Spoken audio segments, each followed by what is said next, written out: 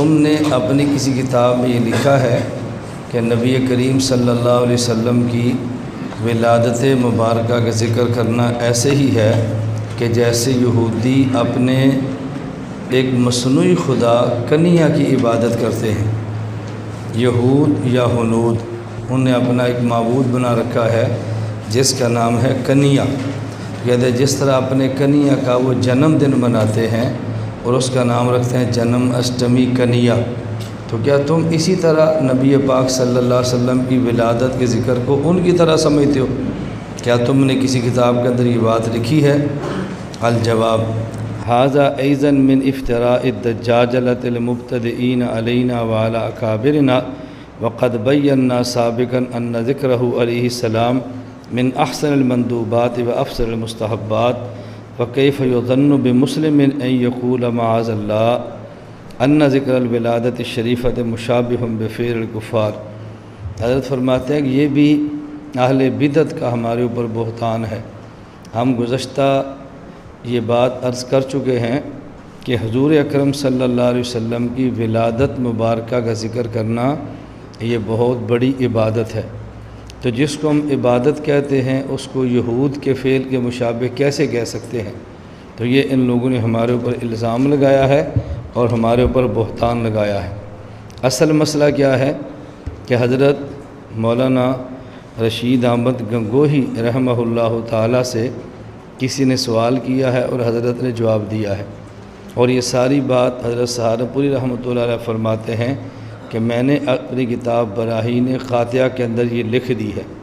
اس کا خلاصہ کیا ہے؟ حضرت سے کسی نے پوچھا کہ رسول اکرم صلی اللہ علیہ وسلم کی جب ولادت کا ذکر ہو اور جس مجلس میں ذکر ہو اسے کہتے ہیں مجلس مولود، تو کیا وہاں پر کھڑے ہونا جائز ہے؟ اور نبی پاک صلی اللہ علیہ وسلم کی ولادت کا تذکرہ کھڑے ہو کر کرنا جائز ہے؟ مجلس مولود میں کھڑے ہو کر مجلس مولود پڑھنا کیسا ہے؟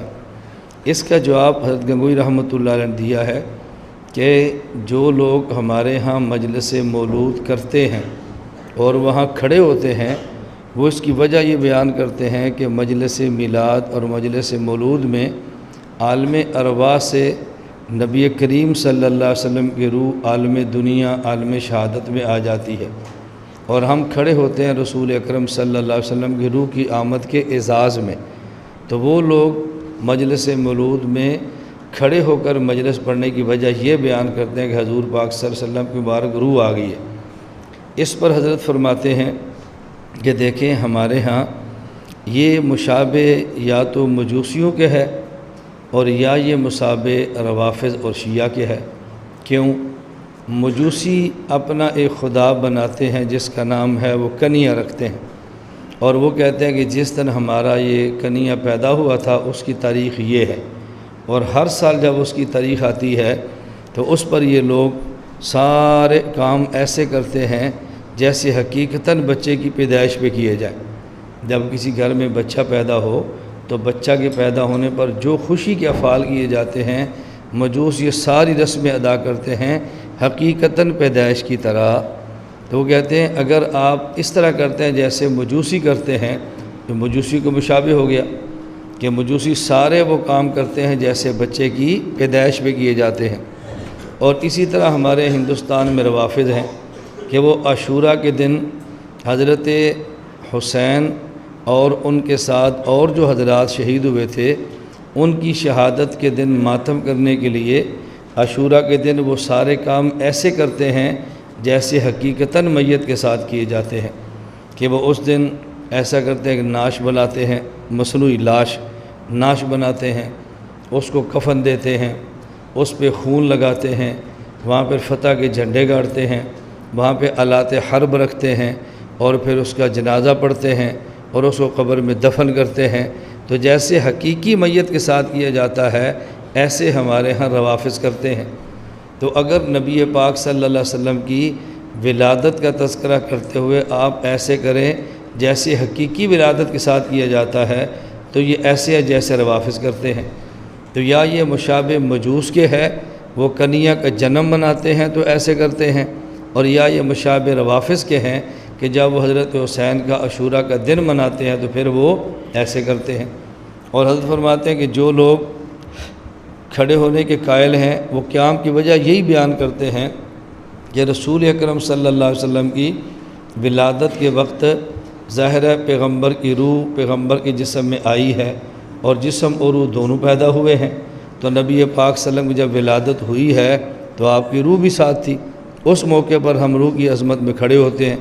تو حضرت فرماتے ہیں کہ دیکھو حقیقی ولادت ایک بار ہوتی ہے، وہ ہر سال نہیں ہوتی۔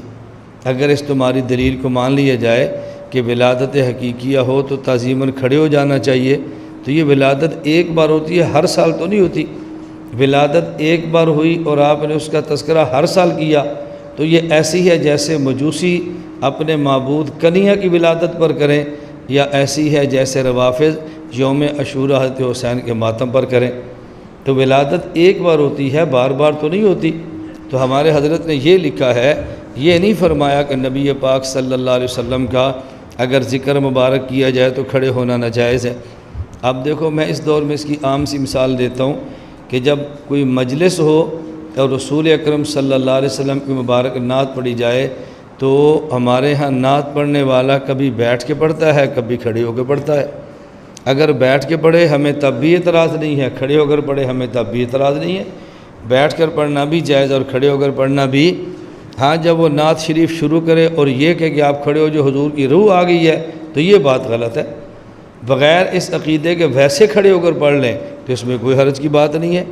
حتیٰ کہ نعت شریف کے علاوہ رسول اکرم صلی اللہ علیہ وسلم کا مبارک تذکرہ کرنے والا ہمارے یہاں خطیب بھی کبھی بیٹھ کے کرتا ہے، کبھی کھڑے ہو کے کرتا ہے۔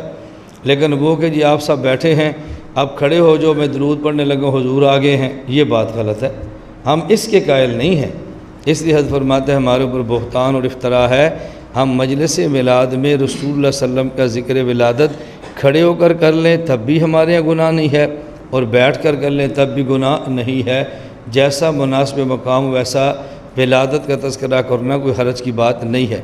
اس پر کل تفصیل سے بات ہو چکی ہے کہ ہم نبی کریم صلی اللہ علیہ وسلم کی ولادت تو بہت بڑی بات ہے، بلکہ آپ کے نالین مبارک کا تذکرہ کرنا اور جس سواری پر آپ سوار ہوتے تھے اس کا بول کا تذکرہ کرنا، سواری کے بول کا، ہم اس کو بھی عبادت سمجھتے ہیں، تو حضور پاک کی ولادت کا ذکر ہم کیوں عبادت نہیں سمجھتے؟ لیکن وہ جو غلط قسم کی ساتھ حرکات اور غلط قسم کے رسوم ساتھ رواج شروع ہو گئے ہیں، ہم اس کی مخالفت کرتے ہیں، ذکر ولادت کا ہرگز ہم مخالفت نہیں کرتے۔